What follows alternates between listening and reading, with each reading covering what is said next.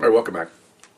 On RealCopStoriesVideos.com, we have 355 stories. Look them up. They're all my babies. 3 to 7, 8 minutes, something like that. Vice, narcotics, gangs, all the stuff that we do. A lot of stuff you'll never see on TV. Tons of stuff you never see on TV. Okay, now we're doing question and answers. I get in more detail. So here's one of the questions that came in. And before I say that, if you want to send me a question, email me at rsbcopstories@gmail.com. Okay, here's one of the questions that came in. Tell me about one of your most dangerous incidences.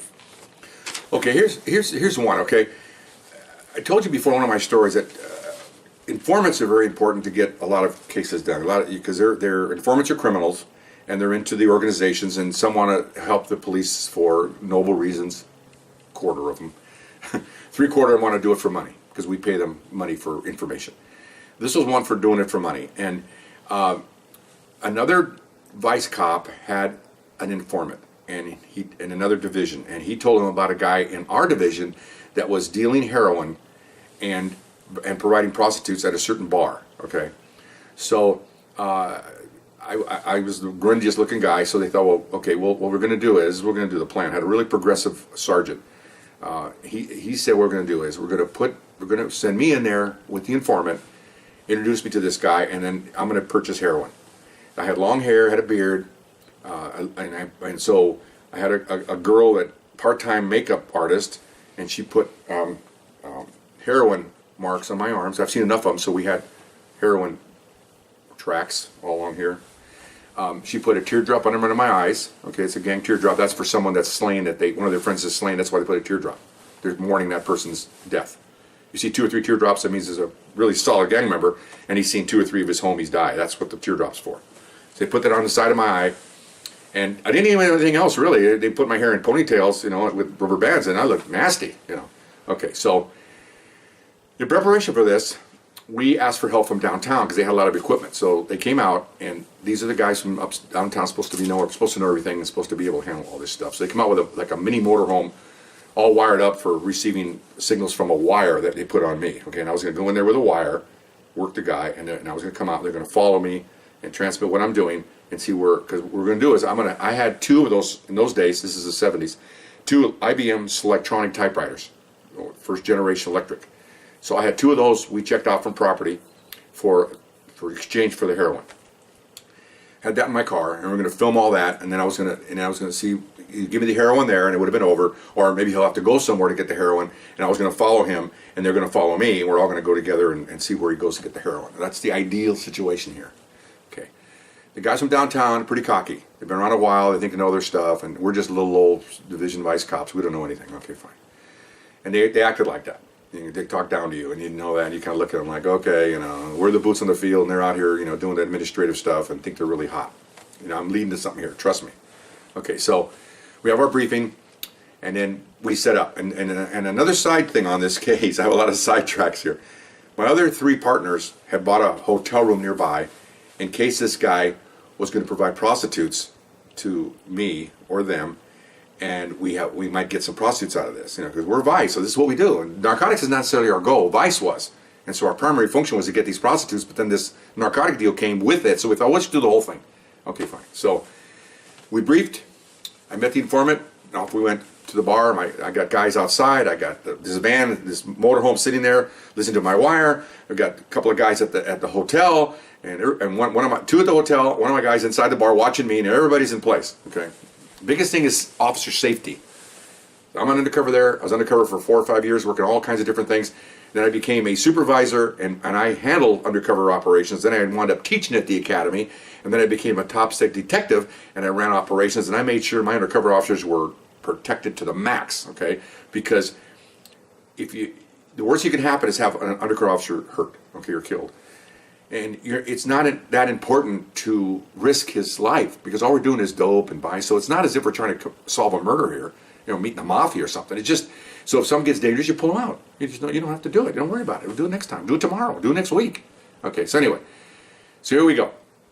Going to the bar. Okay, so I'm in the bar with the informant. We're having beers, and I see my partner over there covering me, and he's dressed down too, so we're drinking. Here comes the guy. Okay, we get introductions, all that good stuff. He's looking me over. Okay.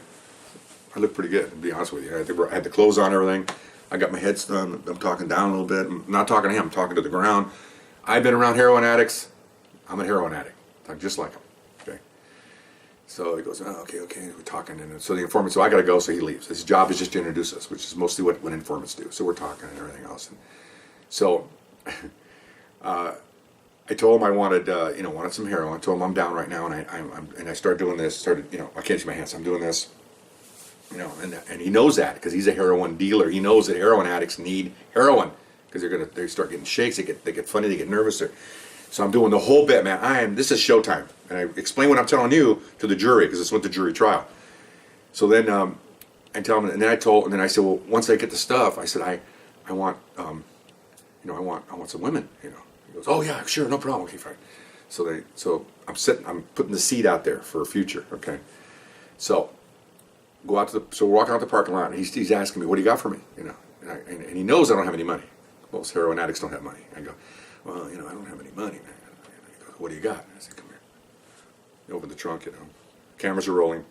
Open it up. He sees those typewriters. Well, they were pretty expensive at the time. I don't know what they were. $1,000. I have no idea. But his eyes lit up because I think he saw pretty good money here. Probably a couple $100 a pop. I would think. I have no idea. I'm not into the fencing business, So he's looking, oh, okay. And I go, why don't? He goes, I don't have it on me now. I said, but I'll give you 4. Okay, 4 balloons of heroin. Okay, which is really dirt cheap. Each balloon runs about, I don't know, $18. Okay, they're gonna give me 4, and he knows because he's a dealer that's a lot for a heroin addict. That's like, whoa, that's a day or two of fun. He knows that, and so he's he's bargaining. It's like a sale, like you do it. Clothing buy or whatever, you're trying to come up with the best price and all that stuff, negotiation. Oh, okay. So he goes, bring it over to my car. Okay, so he brings his car over, so I'm loading the trunk. And I said, what about the women? He said, well, we'll get that when we come back. Okay. So he goes, follow me. I said, okay, so we had planned for this. We're going to head for the house. Okay, so we start heading up, get to the street, I'm behind him. I got an undercover car. Rented from a company used to rent older cars. I won't give you the name of the place, but they're old cars, but they're all upgraded, so they work well. But there's like 65 Chevy, Malibu, and all these older cars. So I'm driving this thing, And once I get in my car, I'm broadcasting. I don't have a radio because I was afraid he'd look in my car, but I have my wire on, and I can see the motorhome over here. So I'm going, okay, I'm going northbound on Broadway, or southbound on Broadway. Okay, I'm past the Daily. I'm passing. Okay, I'm getting out of broadcast. I'm looking in the mirrors for surveillance. So we had some other officers to survey. I thought, wow, they're really good. Didn't see me. Looking for the motorhome. Wow, he's really good. I don't see him. They lost my signal, okay? The hot shots from downtown with their fancy motorhome and their all-American detective that wired me up and telling me how gross I look and stuff and making jokes and walking around, like I'm the king stuff, missed my signal, missed the car, missed the signal. He's supposed to be watching me physically and listening to me audibly to make sure I'm okay. I didn't know this, okay? So I'm heading up the freeway and we go up a few miles, we get off. And I'm saying, I'm giving a narrative. We're off at so-and-so. We're going, westbound across the freeway. We're pulling into a greenhouse. Here's the address, And he comes like this. So we go up to the house and I thought they were with me, okay? Things like this happen when I'm an undercover officer that bleeds over 30 years later when I become a supervisor. This will never happen as far as I'm a supervisor. But now I don't know. I think I got guys with me. I got backup. I have a signal on the wire that if I need help, they're going to come and rescue me.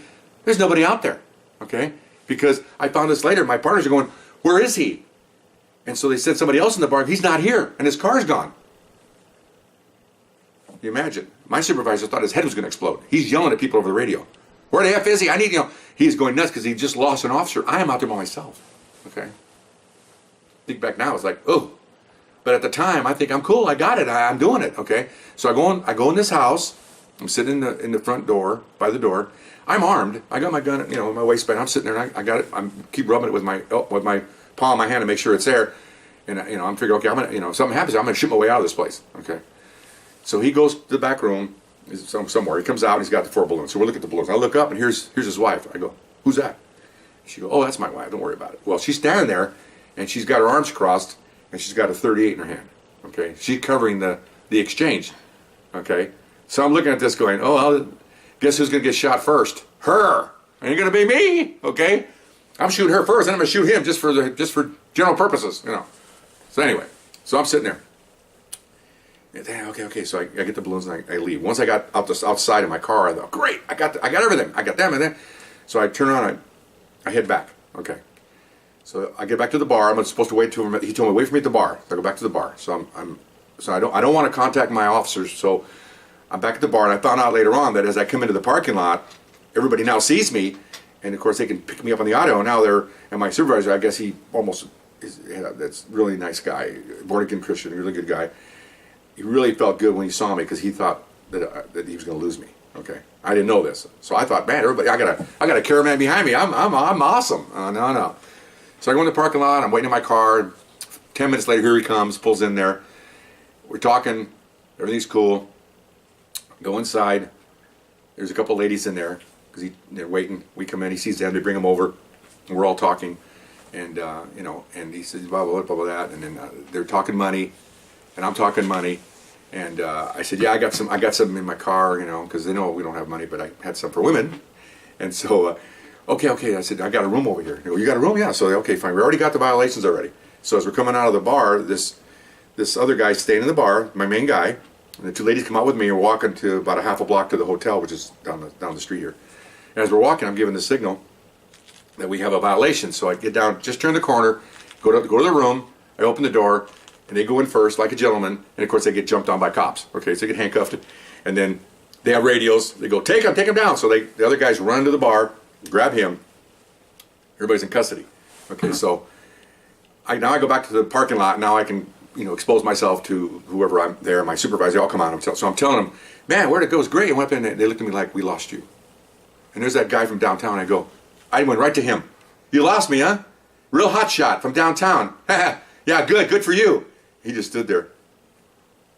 Great. And I go, you mean I was by myself? And they all looked at each other. My supervisor goes, yeah. Isn't that effing great? That's really effing great. Well, what's the matter? So I told him about the guy in the house and his wife. Well, not this guy. He was in his house. His wife's still there. So I said, give me a black and white. So black and white's already there anyway to transport. Here's the address. Go up there and grab some. Give me the description. Go grab her and look for a house. You can go in there and look for a gun. We've got a legal right to go look for that gun. So they took off. So I'm still shaking my head. And my supervisor's next to me. Everybody else is doing their thing. And I'm just sitting there. And he says, are you all right? I go, well, not now. I mean, at the time, I felt like I was on top of the world. Now, I feel like I could have been blown away or kidnapped or who knows what. He goes, you ain't the only one. He said, this is not going to go untouched, man. I said, I'm beside myself. I can't even talk. I go, you can't talk. He smiles. I know. He said, just relax. Don't say anything because you're not in the level of rank to say anything. Just let me take care of it. I go, okay, all right. I'll take care of it. Okay. He'll take care of it. So anyway, so they were booked for prostitution.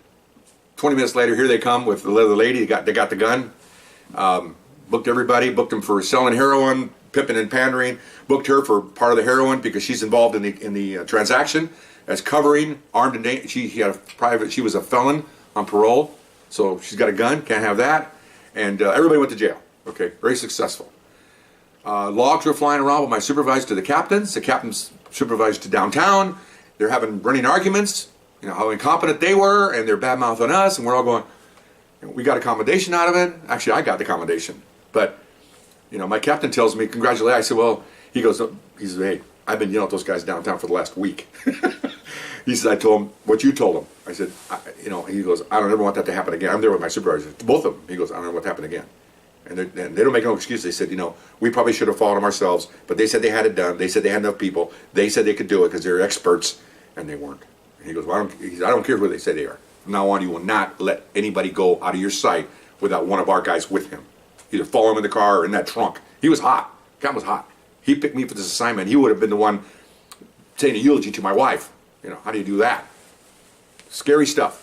Scary stuff. Afterwards was scary. I'm sitting there staring at the ground going, oh my gosh, don't know. But if I known there wasn't anybody with me, I never would have gone with him. I never would have gone in his house. Wouldn't allow that stuff. That's not safe. I thought I had a cavalry around me. I didn't. But again, that's what I call it the city of angels. I think I had God on my side and somebody was taking care of me. Okay. It could have easily gone really bad. Okay.